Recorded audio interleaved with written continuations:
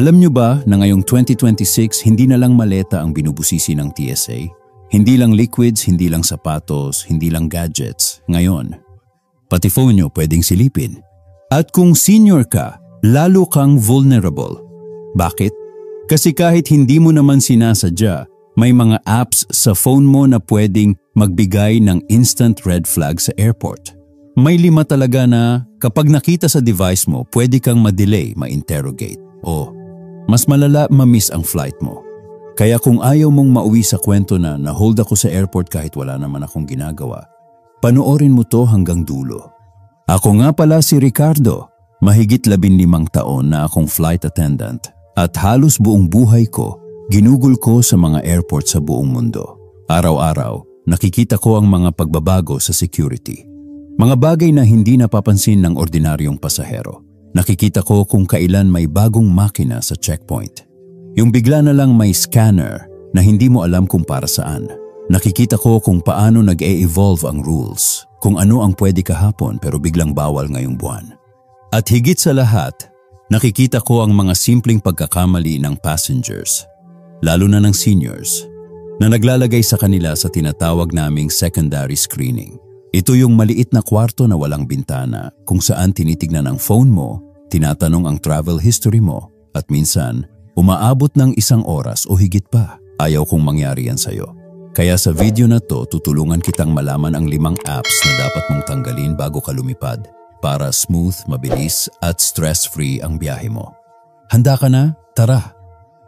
Ano na ang bagong security sa 2026?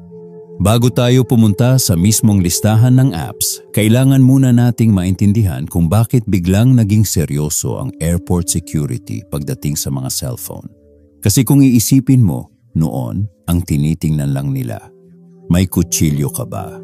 May liquid ba na lampas 100 mililitro? May battery pack ba na bawal? Pero ngayong 2026, nagiba ang laro. Hindi na gamit ang focus. Data na. Hindi na physical threat ang bantay. Digital intent na. Ito ang hindi alam ng karamihan. Data is the new contraband. Kung dati maleta ang iniscan, ngayon ang tingin nila sa phone mo ay parang second luggage. Puno ng impormasyon na pwedeng makaapekto sa security decision nila.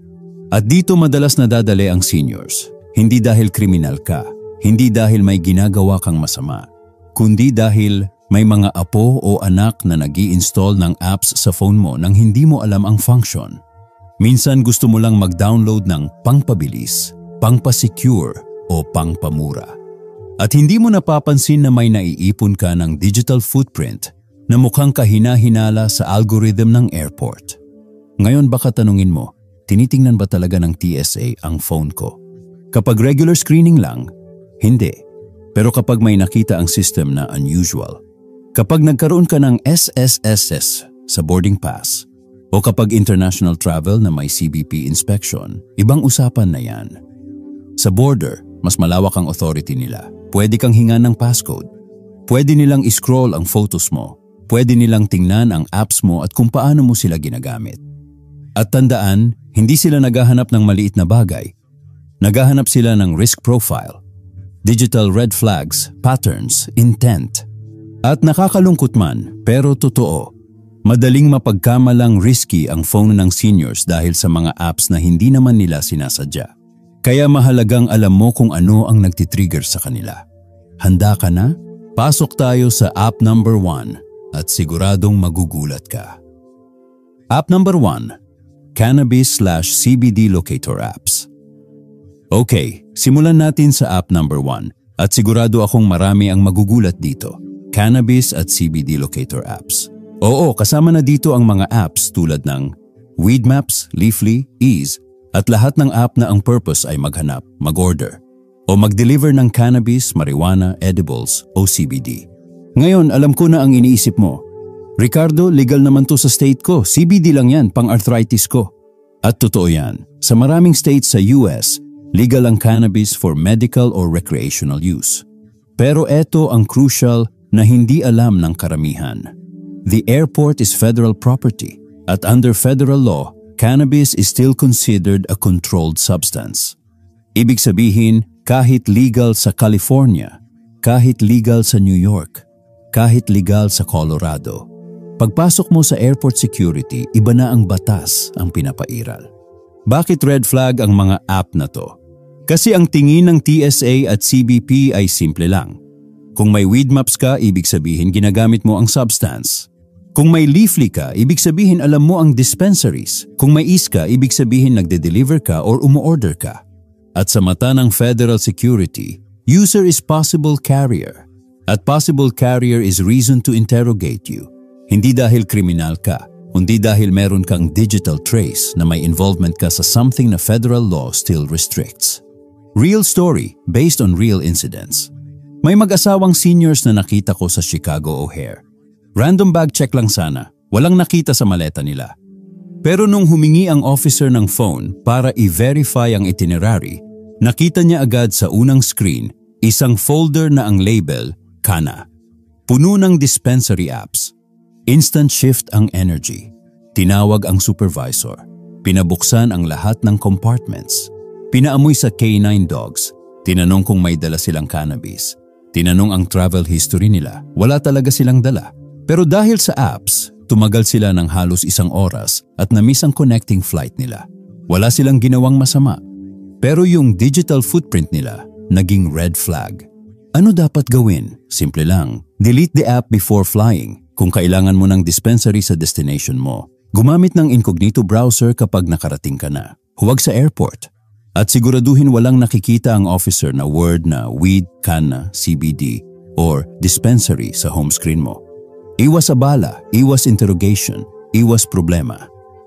Next, punta tayo sa app number 2. At mas nakakagulat ito para sa maraming seniors.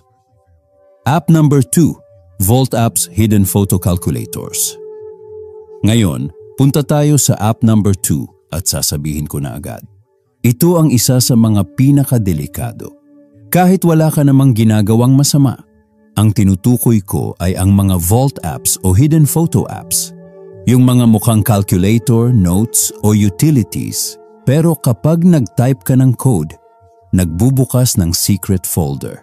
Kasama dito ang Calculator Vault, Keep Safe, Secret Folder, Photo Hider, Gallery Lock, at lahat ng apps na may hide, vault o secret sa pangalan.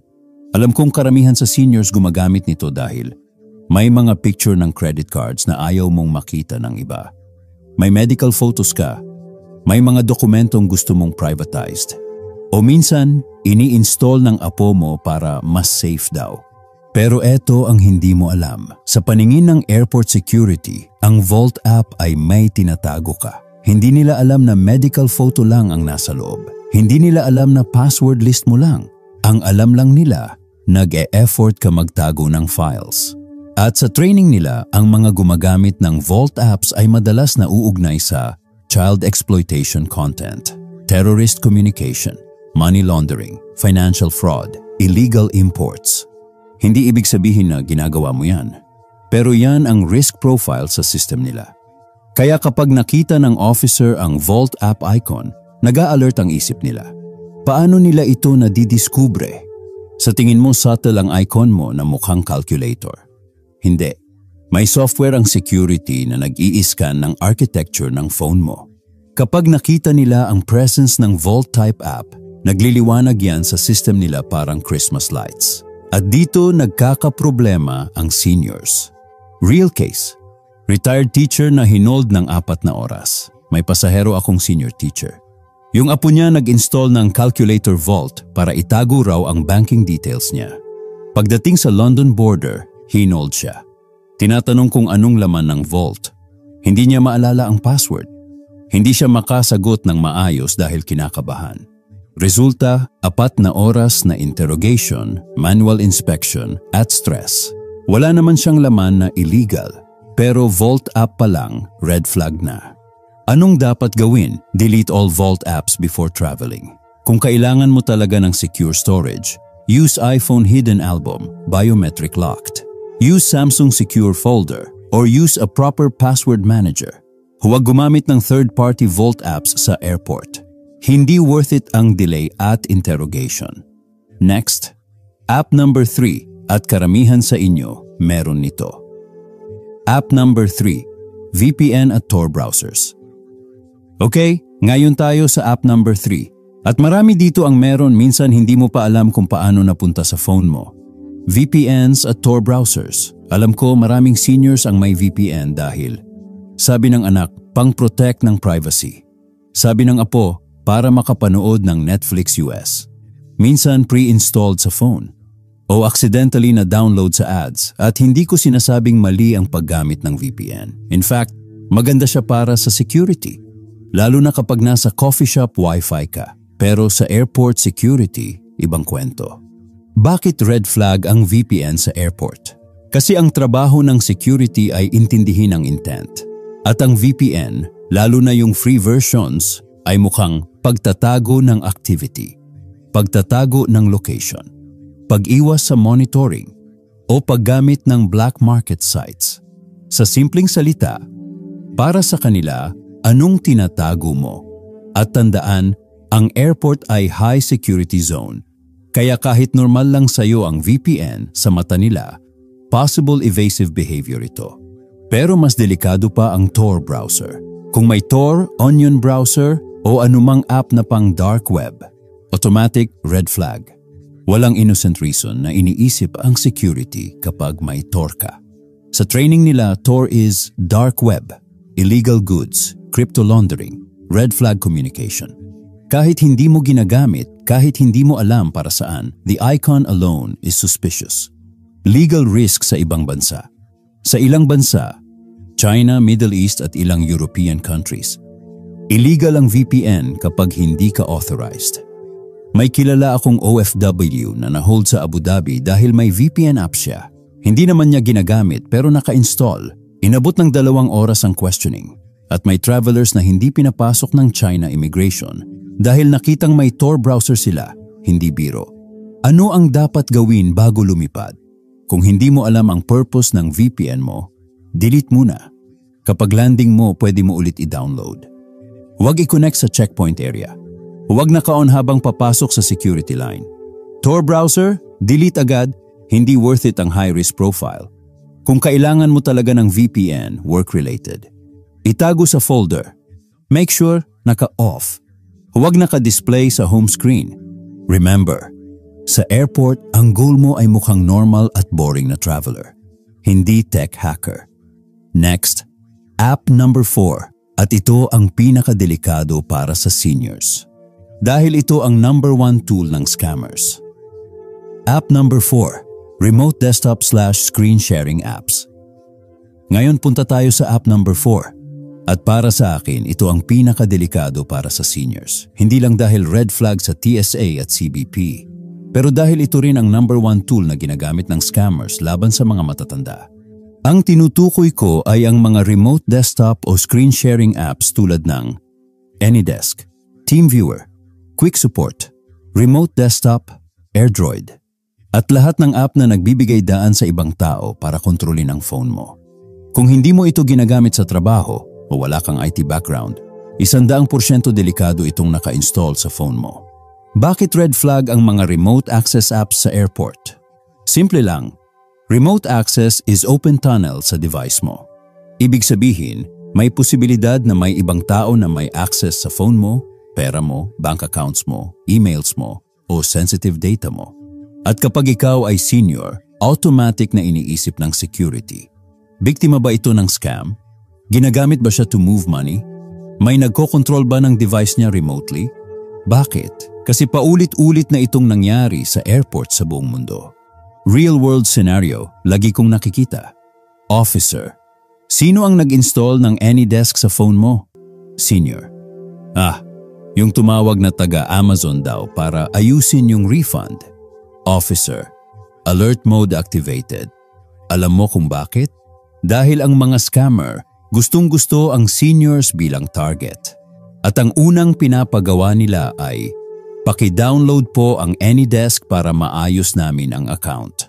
Kaya kapag nakita ito ng security, 2 ang possible. Best case, tatanungin ka nila ng matagal, i-check ang phone mo. Worst case, ikaw ang mapagkamalang kasabwat sa money mule scam kahit wala kang kasalanan. Sa ilang bansa, pwede ka pang interviewin sa private room. ng walang katapusan para lang malaman kung bakit may ganitong app sa phone mo.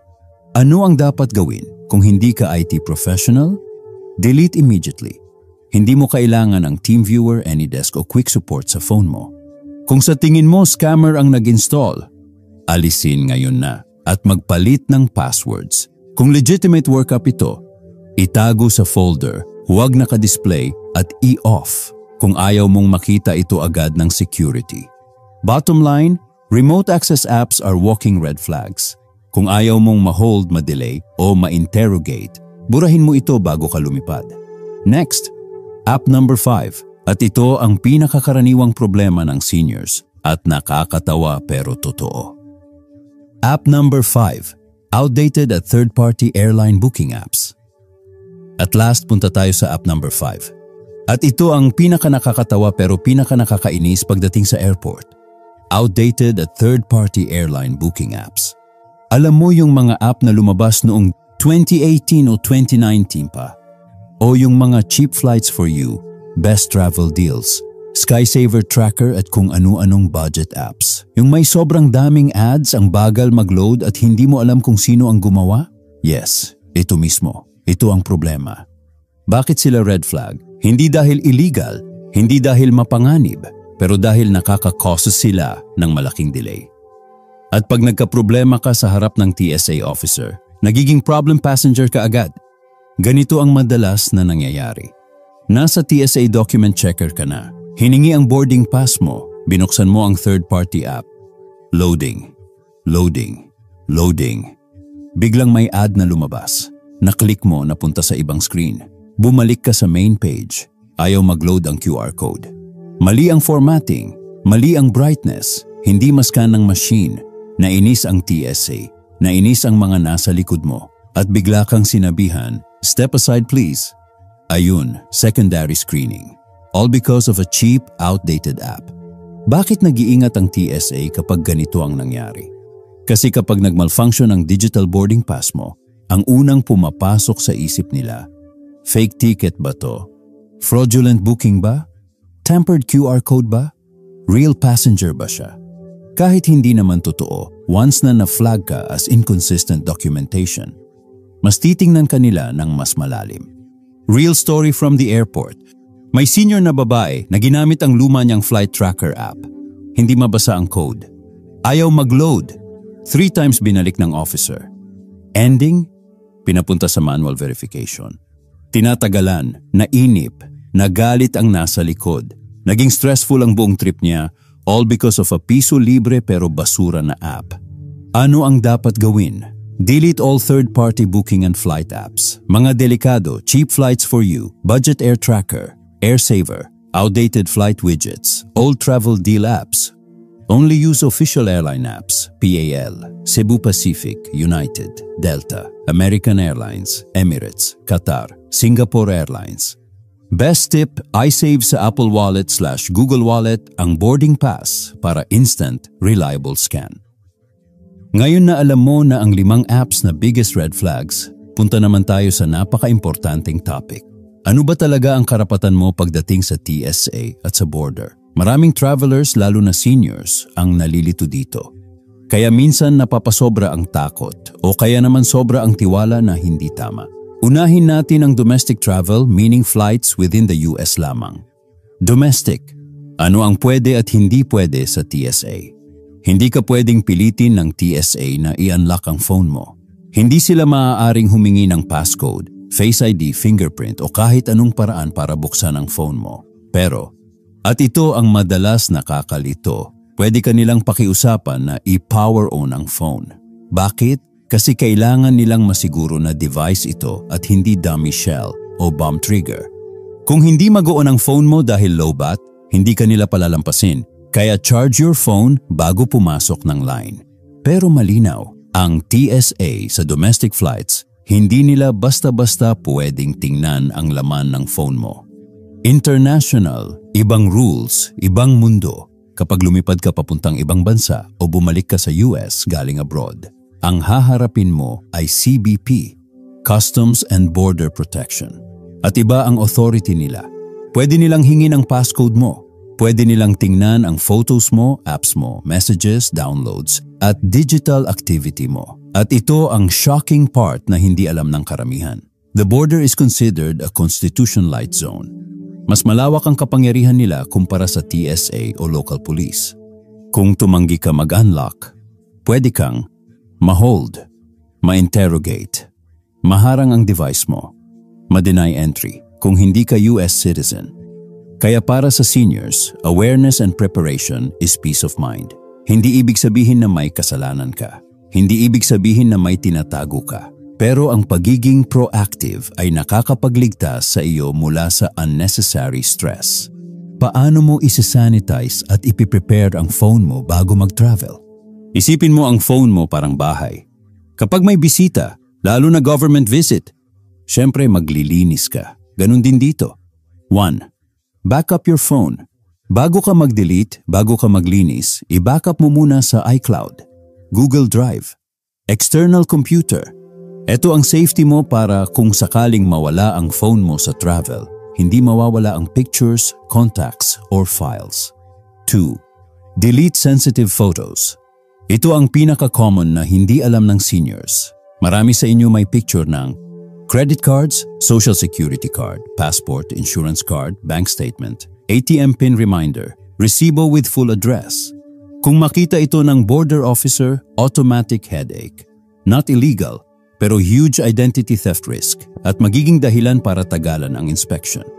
Kung kailangan mo talaga ng copy, ilagay sa encrypted password manager, hindi sa camera roll. 3. Log out of apps you don't need. Kung hindi mo gagamitin habang nagta-travel, log out muna sa email, Facebook, Instagram, banking apps, shopping apps. Kapag nakita ng officer na logged out ka, mas mababa ang chance na hingin nila ang credentials mo. 4. Delete or hide risky apps. Ito na yung dispensary apps, vault apps, remote access, VPN, Tor, outdated booking apps. Tandaan, ang goal ay maging boring. Ayaw mong makita ng officer na parang sophisticated tech user ka. 5. Disable Face ID, fingerprint before security. Ito ang hindi alam ng 70% ng travelers. Kapag napagod ka sa airport at nakatulog sa gate, pwedeng gamitin ng kahit sinong tao ang mukha mo or fingerprint mo para i-unlock ang phone mo. Pwedeng officer, pwedeng ibang tao. At legally, mas madali kang mapilit gamitin ang biometrics kaysa passcode. Kaya ang tip ko sa lahat ng seniors, i-off ang Face ID fingerprint bago pumasok ng TSA. iPhone trick, hold power button and volume button. Hintayin lumabas ang emergency SOS. Tap cancel. Disabled ang biometrics hanggang i-type mo ulit ang passcode. This keeps you safe legally and physically. Safe apps you should have. Hindi lahat ng apps masama sa security. May mga apps na actually nakakatulong pa nga para mas mabilis ka dumaan. 1. My TSA app. Napaka-useful nito. Makikita mo dito. Real-time airport wait times, list ng allowed at bawal dalhin, TSA rules, weather, and delays. At ito pa, kapag ipinakita mo ito sa officer, nakikita nila na prepared ka. 2. Official airline apps, hindi third-party, hindi budget apps, hindi old trackers, kundi PL, Cebu Pacific, United, American, Delta, Emirates, Singapore Airlines. Pag official app ang ginamit mo, mas mabilis ang boarding at less hassle sa QR scanning. 3. Maps and offline directions. I-download mo ang offline maps ng airport, city mo, hotel, emergency hospital, embassy location. Ito ang lifeline ng seniors kapag walang signal. 4. Emergency contacts. Dapat nakaset ang ICE contact, anak, emergency hotline, hotel number. 5. Limit social media check-ins. Ito ang hindi nagigets ng seniors. Pag nag-post ka ng boarding now, bye Philippines, see you in 2 weeks. Indirectly sinasabi mo sa magnanakaw, walang tao sa bahay ko ngayon. Hindi ito TSA issue, pero malaking personal safety hazard. Hidden danger messaging apps. At eto na ang last. At sobrang importanteng part, messaging apps. Kung gumagamit ka ng WhatsApp, Messenger, Telegram, Viber, May isang setting na napakadelikado. Auto save to camera roll.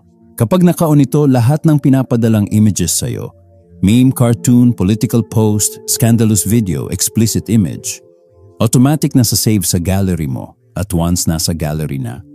Kasama iyon sa pwedeng tingnan ng border officer. Real case, totoong nangyari. May pasahero sa Middle East na na-hold dahil may explicit image sa phone niya. Hindi niya iyon kilala, hindi niya iyon nakita, hindi niya iyon sinave. Automatic na download sa WhatsApp. Almost napunta siya sa kulungan dahil bawal ang ganong content sa bansang iyon. Isang maliit na setting ang halos sumira sa buhay niya. Solution, turn off. Save to camera roll. Sa WhatsApp settings chats, save to camera roll, off. Sa Messenger, settings, photos and media, off. Kapag naka-off ito, control mo na kung ano ang pumapasok sa phone mo. At wala ng surprise content na pwedeng maglagay sa'yo sa peligro. Bago ka umalis at mag-empake, gusto kong balikan natin ng mabilis ang digital cleanse checklist para siguradong ready na ready ang phone mo bago ka dumaan ng TSA. Delete cannabis/CBD locator apps. Hindi ito illegal sa state mo pero red flag pa rin sa federal property at airports. Delete vault apps. Calculator vault secret folders, hide photo apps, automatic. What are you hiding? Ang dating. Delete remote access apps, AnyDesk, TeamViewer, Quick Support.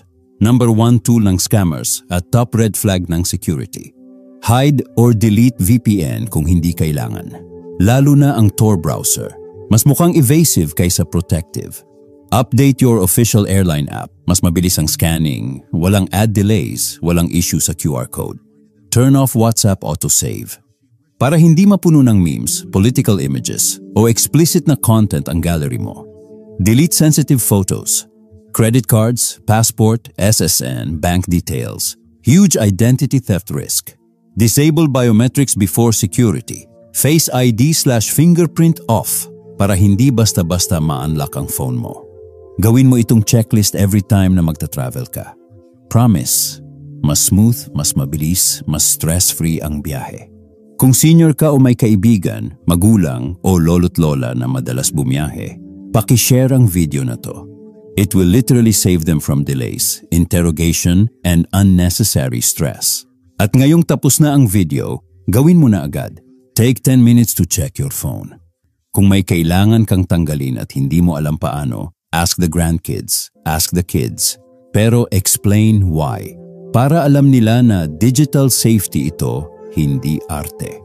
Remember, travel smart, travel safe, travel prepared. At sa next video, pag-uusapan natin ang new 2026 carry-on rules. Lalo na tungkol sa powders at food. Marami na namang pagbabago at ayaw mong ma-confiscate ang gamit mo. See you on the next flight, mga ka-traveler.